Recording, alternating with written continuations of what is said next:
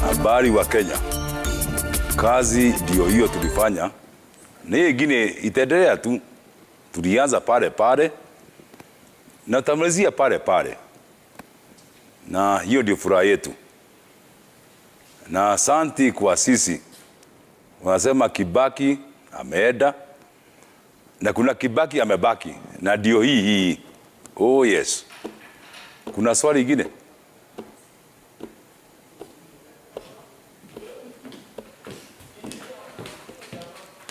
Kama kuna swali basi twende. Usiende. Karibu sana katika studio zetu za Citizen TV. Oh yes. Habari yako? Nimeenda. Nacheka nini? Oh nimeenda. Usiende, karibu sana.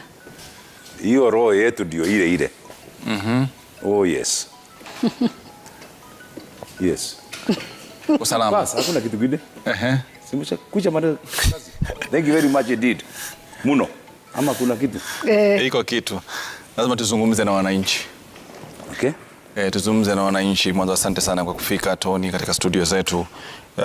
Wewe ni mtu ambaye ulikuwa na kipaji cha uigizaji, lakini mbali na mengi uliyofanya katika uigizaji wako, ulijaribu kuwa kama rais wetu Mwai Kibaki.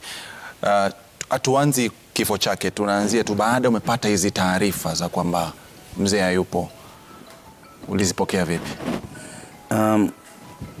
Nilikuwa kwa shughuli yangu fulani. Nikasikia masimu zimeanza kuingia. Na mimi ni mtu wa Lari, mimi si wa Nyeri. Imagine Limuru, Lari na Nyeri. Nikaanza kupokea message inasema pole. Nikashindwa pole ya nini? Then I realized when I stopped,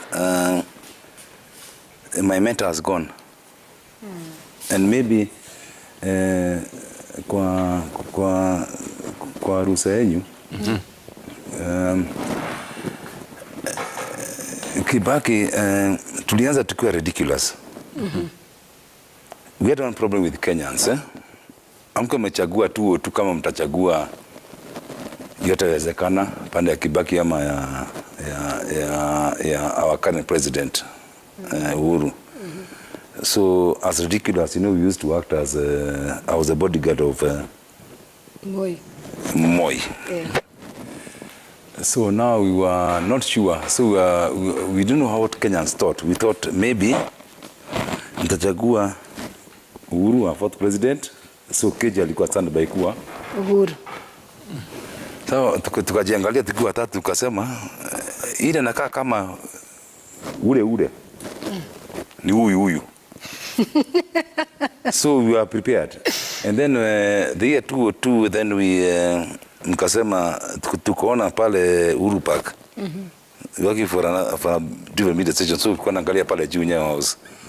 So Kibaki akisema na hapa ya kwaba. Akina Keji na wote akaniambia pia wewe hapa. So it was a lot of change in my life, and that's why I'm shy about coming to talk about him, because it's a transformation for me, because then tulioneshwa Keji na wote akasema sasa wewe anza. The first thing, Kibaki ni mtu kwa afya kama mimi. So with your permission, if you can look at this picture, with your permission. So the first thing that I had to transform to respect the third president, and I thought it was easier for me to be a bodyguard. Yeah, Mwai now instead of some Mwai akachange akiwa president akiwa bodyguard, wakachange some ndio president akawa bodyguard. It was a very simple switch. The biggest thing nikaanza kukula viazi. You know how to do, and nimekaa na kipara for the time he was a president. So hii haikuwa makeup, hii ilikuwa kunyolewa ukweli. Ukweli kabisa, si ukweli. Hii ni kazi. Ask Jen Walter, they know. So I had to attend all my meetings with a cape kama yako, lakini yetu nini, but I had to kunyolewa ukweli. And that's the first time. And then I also had to understand from media, you people have more footage. You show people news about, 1 minute clip or something about they are talking. But you guys have the power of all the knowledge of, you may cover a function for 5 hours. But she was only one clip on news whatever. Kwa ajili ya muda. Naam. Lakini sisi now we had access to the entire, so I had to study my mentor A to Z. Ulikuwa unahudhuria mikutano yake ama unamtizama kupitia YouTube? Zamani hakuwa na YouTube hivyo. Siende ameta maneno ya internet. Ilikuwa media houses. All the media have worked for.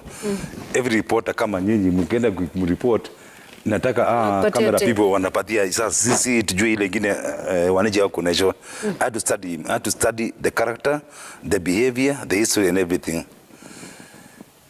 And yes, that's how I became, because I studied a lot of him from and that's the media. Ulimpatia kabisa, si uongo. Hata sio mchezo. Lakini tuje katika Tony, kibarua kigumu ambacho kwako kinawashangaza wengi ni kwamba sio tu kuzungumza kama anavyozungumza, lakini anavyotizama, anavyofanya mdomo wake, na yote kwa umeweza kuyapata sahihi zaidi. Ili kuchukua muda gani? Mpaka sasa ukasema hapa perfect hii? Hiyo ina maana. Sema tuichukua. Bas. Kibaki never used to give a straight answer, but he was very honest. But it took time to study. And again, I appreciate the media of Kenya, because people used to avail for me all the clips I hear from NTV, I hear from Citizen, I hear from Mwai, KT and everything. And then I used to study. So my work was just to study his character. And then lazima ningempatia ile heshima yake. As comedians, we're just not slapstick jokers. We are making reality. So we had to really study the character. Sometimes we used to argue with KJ and Walter. Hapana, huyu anafaa kuwa hivi. Naambia Walter, wewe ulikuwa Mwai. Hiyo ni enzi yako. Sasa mimi ndio ule. Na hizi nimekataa. Na inakuwa hivyo. Na tuambie, mara yako ya kwanza kuperfect hiyo act ya kuwa Kibaki ilikuwaje? Ukiwa na wenzako kina Walter na KJ. Niseme? Hiyo swali ngumu. Tuambie ilikuwaje, mlifurahi kwa mara ya kwanza? I think our first appreciation was for Kenyans. When now I had to become the Kibaki, kukaa na hiyo yote, kukula viazi out of makeup, which we used to do, which I think KJ should come and tell you, because KJ is a fine artist consultant. The moment that the public appreciated that we actually mimicking the late third president of Kenya, then the feeling from the crowd was that we were doing something right. And the first time I remember, nilikuwa na shida, na siwezi ongea hapa, kuna shida, so nilikuwa natembea hivi, so and then you know the accident, blah blah blah, so I had a problem. Na hiyo problem ikakuwa shida yangu, ikawa ni kama Kenyans took it like huyu ana mimic, na ikawa shida ya kweli. So and then we went for the rugby sevens. You know, we sit down there. The saxophone was a very, but the Kenyan reaction was ilikuwa, you know what is you feel from what you do. Na ile siku ya kwanza Tony, ushafanya mazoezi, ile siku ya kwanza ambao uliweza kuperform yeye akiwa, ilikuwa wapi? Na uko ushafanya huku, pengine umefanyia wananchi katika mitandao na wapi, ama katika sehemu, ile siku ambayo ulimfanyia yeye mwenyewe akiwa jukwani, ilikuwa wapi na alipokea vipi, kama unaikumbuka siku ya kwanza ukimpafamia Kitu ningetaka kueleza, CJ perform mbele yake. Lakini nimefanya kazi na yeye mara mbili maisha yangu, yani mimi kuperform na hii maneno ya TV na nini, nimekaa na Kibaki mara mbili. Yani away from zima hiyo simu. Wewe pubavu. Ona huyu sasa, huyu simu unafanya kazi na yeye anafanya hiyo. Pubavu yeye. Pass. So 2 times I met him, was the first time was in 2 or 3. Nilikuwa nafanya kazi kwa Scanad. Nimefanya kazi miaka 28 kwa Scan Group. So I was given nikapata nafasi, ile nafasi mimi sijui Kiswahili sana. Nafasi haina shida. Mimi ni mtu wa Kikuyu wa Kiabu, so hiyo Githori hiyo. Tunaelewa. Asante. Ndio naogopa sana. So the first campaign was for pamoja tuangamize ukimwi. Once it came in 202. So 203 we were doing some advertising about kuvinyilia ama kumiza reduce AIDS hiyo kupunguza asante. So then there was a recording that was done. Then unfortunately sound haikuwa mzuri. As your sound technicians now will listen, the biggest calamity was we got a whole day and then the sound person ilikuwa zero, so it took 6 months to record. Now we had to fanya kitu in a lip sync. I think these people can understand lip sync. So the first time now I met him was that time State House. Hey Magai, oh sorry niko kwa TV. My friend, the guy walked into a room, akakaa kwa meza yake, alienda kwa mtu wa sound. Now we have 3 different sound units. Mali alienda kwa mtu wa sound akajipigia kwa ukuta, hii ukuta itoke. But the beauty is that and I'll give respect to his ADC, alikuwa wa Coast. I think you guys can find out about that. Because there's one thing that Kibaki, my first challenge with him, not as an actor, no, as a professional. Kuna Swahili hapa, hiyo nilikuwa najua hiyo. Ukisema mimi na serikali yangu sisi sote ni kumaanisha wana people alive. Mimi na serikali yangu sisi zote is non living things. So hiyo ya nini oni yangu. Unaangalia kitu si tupe ba kule tupa fai. Oh yes. Pole sana. Haya, tuendelee. So now to correct him, to say, because I cannot allow the president of Kenya to say sisi zote, like me and my government, all of us. Chris Murungaru was interior security. Chris unaniangalia State House. So Kibaki anasema mimi na serikali yangu sisi zote. So I'm like, Your Excellency, ni sote. Zote. Zote. I'm like, and you know, State House sio mali ya kuingia ovyo ovyo. Kuna wanaume wanakaka hivi lakini wanaanza kuangalia vibaya. So me like, is it between wanaume ama what he wanted? What Kibaki did, and he shut on everybody was talking, wacha fanya kazi yao. And then he kept rehearsing that thing. When he got it right, he said, sote. I was like, recorded, done. At least I done my job. So, not as a comedian, but your question, ni vile sijui kuongea Swahili sana. Ukiniambia Kikuyu nitaongea. Au kubahatika kumfanyia lakini umekutana naye katika majukumu yako ya kikazi. But within that time, one thing I'll say, as you see His Excellency, ini kipara ile ilikuwa hapa. At that time, while I was still producing him, nikajua kumbe kuna kipara ingine ya pili hapa nyuma. Please people search for it. Niambia zote. Kusaidia sasa. Vipara mbili. Sasa nilikuwa kazi ya na kazi nyingine ya tafuta kipara pili. The second time the last time I met him was 207 when we had kazi endelea PNU and a lot of stuff. So I was privileged to be part of the team that did for him the last speech before the elections of 207, and we were alone with him, Professor Anjoy, in State House. Unaingia saa 3 asubuhi unarekodi saa 3 usiku or 8:30 there.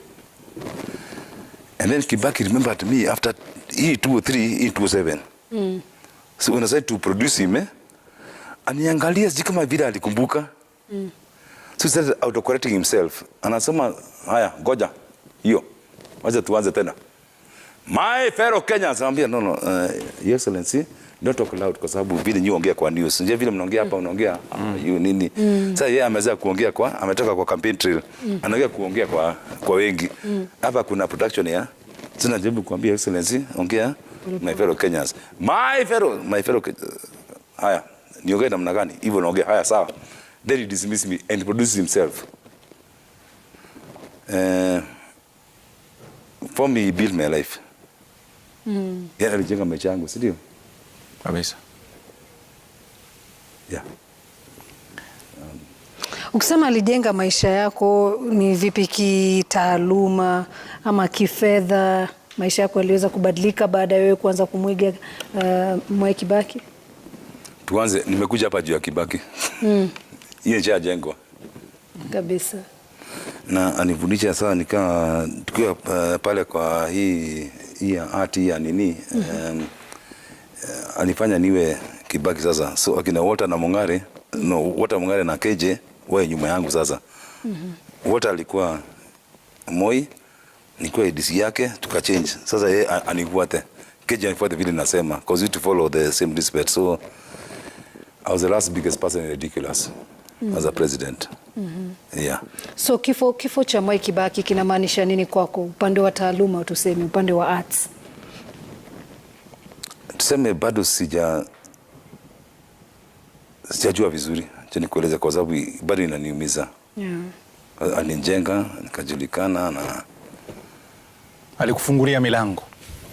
Hiyo ndio nataka kusema. Ndio hiyo. So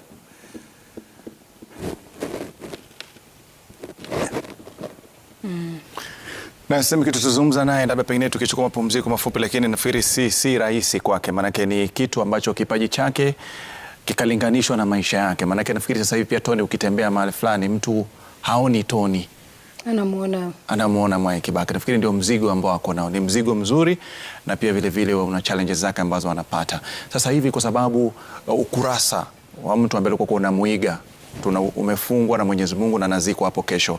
Una mipango gani kesho kutwa? Una mipango gani kwamba utaendeleza uwepo wake kupitia kwa skiti zako nyingi, ama pia wewe umeamua kwamba ikifika Jumamosi wakati atakuwa anapumzishwa na wewe kwa heshima yako utasema anampumzisha? Naam, wakati tulimaliza maneno ya Ridiculous ndio KJ aingie kwa siasa na kila kitu. Mimi kama Kibaki na niambia Walter na KJ, Kibaki aliporetire nikaretire. Akirudi tarudi kesho. Haizirudi. Kwa hiyo comedy ishakusha. I have to be him. So and you can't be anyone else.